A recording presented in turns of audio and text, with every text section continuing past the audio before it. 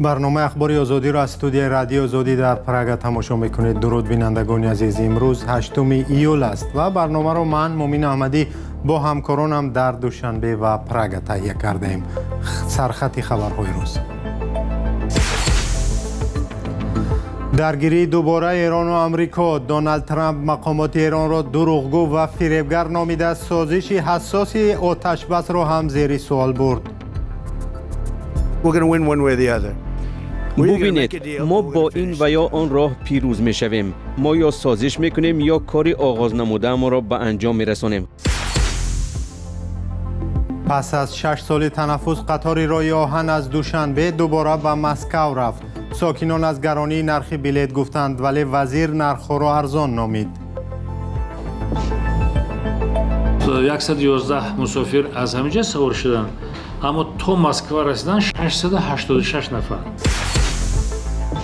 شرکت‌های هواپیمایی تاجیکستان تلاش دارند که سوزشواری را از جای دیگر بخرند. روسیه صادرات سوزشواری هواپیما را موقتاً منع کرده است. و چند ساعت بعدی از سرگیری زدوخوردهای نوی میان ایالات متحده آمریکا و ایران، پرزیدنت دونالد ترامپ گفت که سازش با ایران تمام شد. او که از جلسه پیمان نظامی ناتو در انکره صحبت میکرد، رهبریت ایران را فریبگر، قلاب و دروغگو نامید. ترامپ در حال این حرفا را به زبان آورد که صدای بانگ خطر فضای بحرین و کویت را پر کرد و مقامات این کشورها از حمله خبر دادند. امریکا به ایران حمله نمود و دوباره تحریم فروش نفت ایران را برقرار کرد. ترامپ ایران را در حمله به کشتی‌های تجارتی در باریکه هرمز متهم نمود و با این سازش بسیار حساس آتش بس را هم زیر سوال برد. موضوع را همکارم اسکندر خواجه میرزاده ادامه می‌دهد. ما در کشتی سرشار از گاز طبیعی هستیم. این بار خطرناک است، به ما کمک رسانید. این درخواست پر اضطراب از کشتی قطری الریکایات است که روز 7 ایول در گلوگاه هرمز مورد حمله قرار گرفت. قطر ایران را مسئول حمله به کشتی‌ها در هرمز و از جمله مسئول حمله به الریکایات نامید. وزارت کارهای خارجی ایران عیبنامه را پیچیده نامیده افزوده است که تهران با جد و جهد به عهده‌داری‌هایش صادق است. در عین زمان به قول تهران هر کشتی تجاری که بدون هماهنگی با ایران وارد گلوگاه هرمز می شود با تهدید روبرو خواهد شد. ستاد مرکزی نیروهای مسلح امریکا روز سه‌شنبه در جواب به این حمله ها موج نوی آتشباران ایران را آغاز نموده مجوز فروش نفت جمهوری اسلامی را در بازارهای بین المللی از اعتبار ساقط کرد. در پی این اقدام نرخ نفت در بازارهای جهانی 3% بالا رفت. یک مقامدار بلندپایه آمریکایی به خبرنگار ریترز گفت هدف حمله ها پایگاه های ضد هوایی ایران، نظام مراقبت ساحل ها و پایگاه های موشکی و پهپادی بوده است. در این نوار شاهدان حادثه که ریترز واقعیت آن را تصدیق کرده است، دود غلیظ از سمت شهر بندرعباس ایران به نظر می رسد. سوختار در کناره های بندر این شهر بعد حمله های امریکایی به عمل آمد. سپاه پاسداران انقلاب اسلامی ایران روز 8 ایول اطلاع داد که در جواب پایگاه های نظامی امریکا در کویت و بحرین را هدف قرار داده است. هر دو جانب همدیگر را با پایمال نمودن آتش بس متهم می کنند. 2 هفته پیش واشنگتن و تهران اعلامیه تفاهم امضا نموده تصمیم گرفتند که نزاع در خاورمیانه را خاتمه بخشند. ریترز از نقل شاهدان میگوید تهران میخواهد به واشنگتن نشان دهد که در دراز مدت هرمز زیر نظارتش باقی خواهد ماند. دونالد ترامپ پرزیدنت امریکا تاکید میکند که کشورش جانبدار صلح با ایران است، ولی راه نظامی حل نزاع نیز از بین نرفته است. ببینید، ما با این و یا آن راه پیروز می شویم. ما یا سازش می کنیم یا کاری آغاز نموده ما را به انجام می رسانیم. خوب، انجام کار دشوار نخواهد بود. به هر حال من جانبدار صلح هم، زیرا نمی خواهم به سرنوشت 91 میلیون نفر تأثیر رسانم.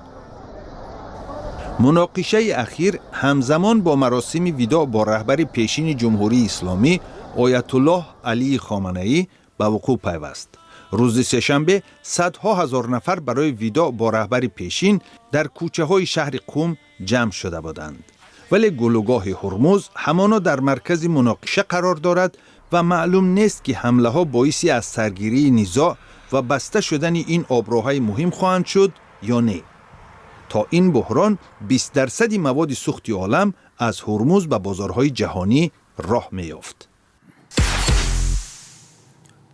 برمیگردیم به تاجیکستان. عظیم ابراهیم وزیر نقلیات تاجیکستان در نشست مطبوعاتی نهاد در روز 8 ایول نرخ بلیط قطار راه آهن دوشنبه مسکو را ارزان و به کیسه ساکنان موافق نامید.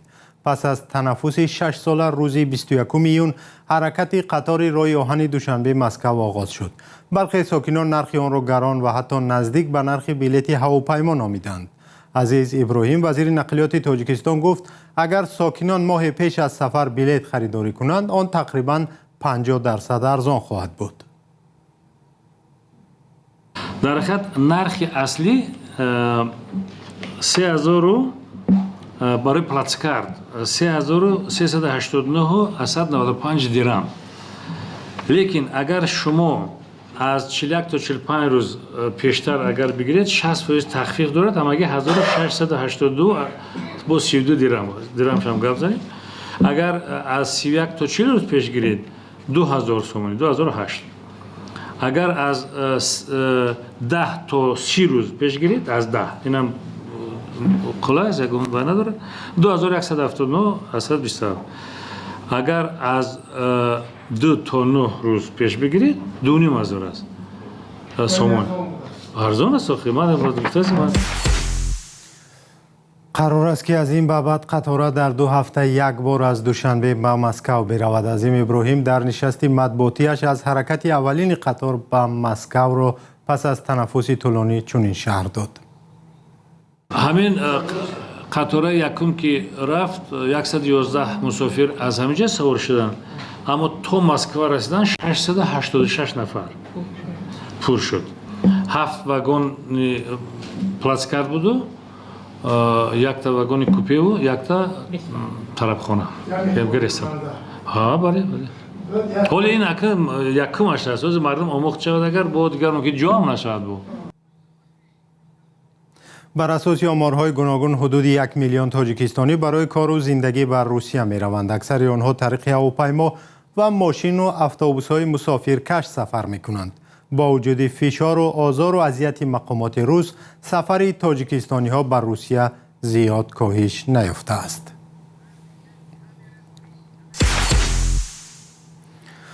شورای حقوق بشری سازمان ملل در ژنو روز 3 ایول از محاکمه باز و همه‌جانبه شکایت درباره وضع حقوق انسان در تاجیکستان خودداری کرده است.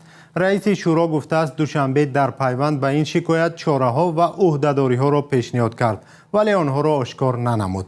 لیوسی مک‌کرنن معاون رئیس هیومن رایتس واچ یا دیدبان حقوق بشر، یک سازمان با نفوذ بین المللی، میگوید نبودن محاکمه‌های باز و شفاف وضع به این هم سنگین حقوق انسان را در تاجیکستان وزن‌تر می‌کند.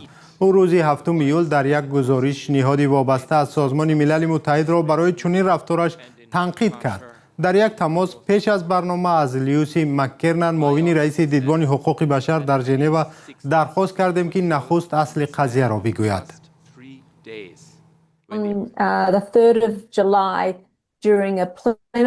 президент рӯзи 3 июл дар ҷаласаи шӯрои ҳуқуқи башари созмони милал дар женева гуфт шикояте ки нисбат ба тоҷикистон омадааст бо қарори аъзои шӯро аз баррасӣ берун карда мешавад. дар айни замон мо дар бораи муҳтавои шикоят маълумоте нагирифтем. аз ҷумла нафаҳмидем ки гап дар бораи кадом ҷабрдидаҳо меравад ва шӯро ба ин шикоят чӣ вокуниш кардааст. ин маълумот махфӣ аст. қарор буд ки дар робита бо ин шикоят 3 ҷаласа барпо шавад. аз маълумоти сабтшуда метавон хулоса кард ки шикоят чандин сол ҳадақал 1 сол боз мунтазири баррасӣ буд.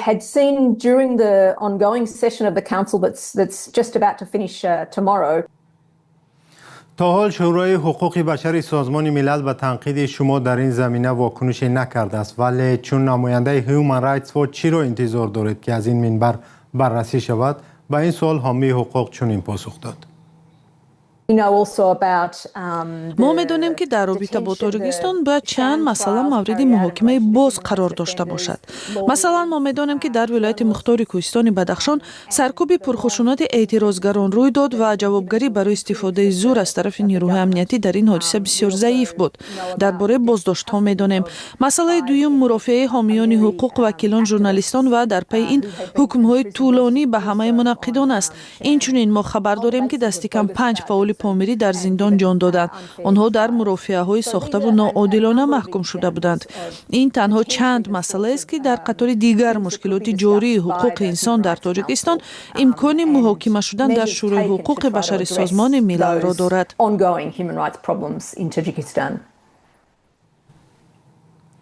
شورای حقوق بشر سازمان ملل یک نهاد بلندپایه بین المللی است که بیشتر بحث‌های وابسته به پایمال حقوق شخصانی علیه کم‌شماران یا اقلیت‌ها و گروه‌های سازمان‌های دیگر را بررسی می‌کند. حقوق آنهایی که از جانب حکومت و دولت‌ها نقض شده است. خلاصه این نهاد هرچند خصوصیت مشورتی دارد، باعث به آبروریزی کشوری پایمال کننده حقوق انسان می‌شود. حکومت تاجیکستان بس از حادثه های سالهای 2021-2022 در ولایت مختار کوهستان بدخشان با سرکوب پرخشونت اعتراضها که باعث به مرگ 10 نفر و حبس صدها تن گردید زیاد تنقید میکنند و از ساختارهای سازمان ملل متحد هم طلب میکنند که در برخورد از موقع قوی‌تری کار بگیرند.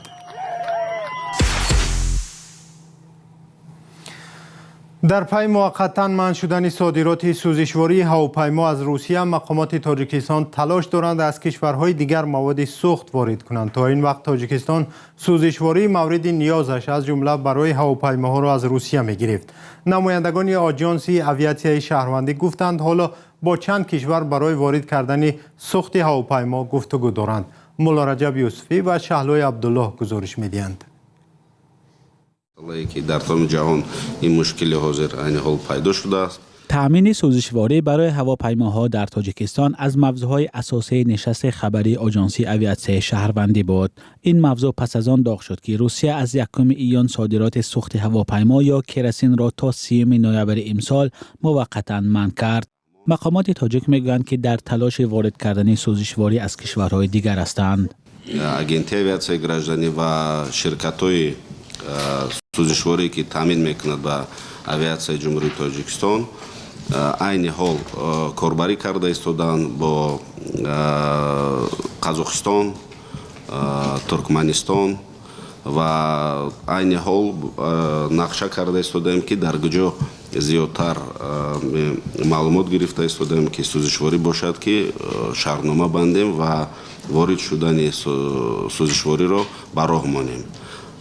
айни ҳол захираи сӯзишворӣ ҳаст, вале қайд кардан ба маврид аст ки ширкатҳои сӯзишворие ки дар ҷумҳурии тоҷикистон кору фаъолият мекунанд, айни ҳол як ҳафта пеш ҳамашон ба сафари хизматӣ масъалаи дарёфт кардани сӯзишворӣ ва бастани шартнома корбарӣ карда истодаем. جزئیات این گفتگوها با قزاقستان و ترکمنستان فاش نمی شود.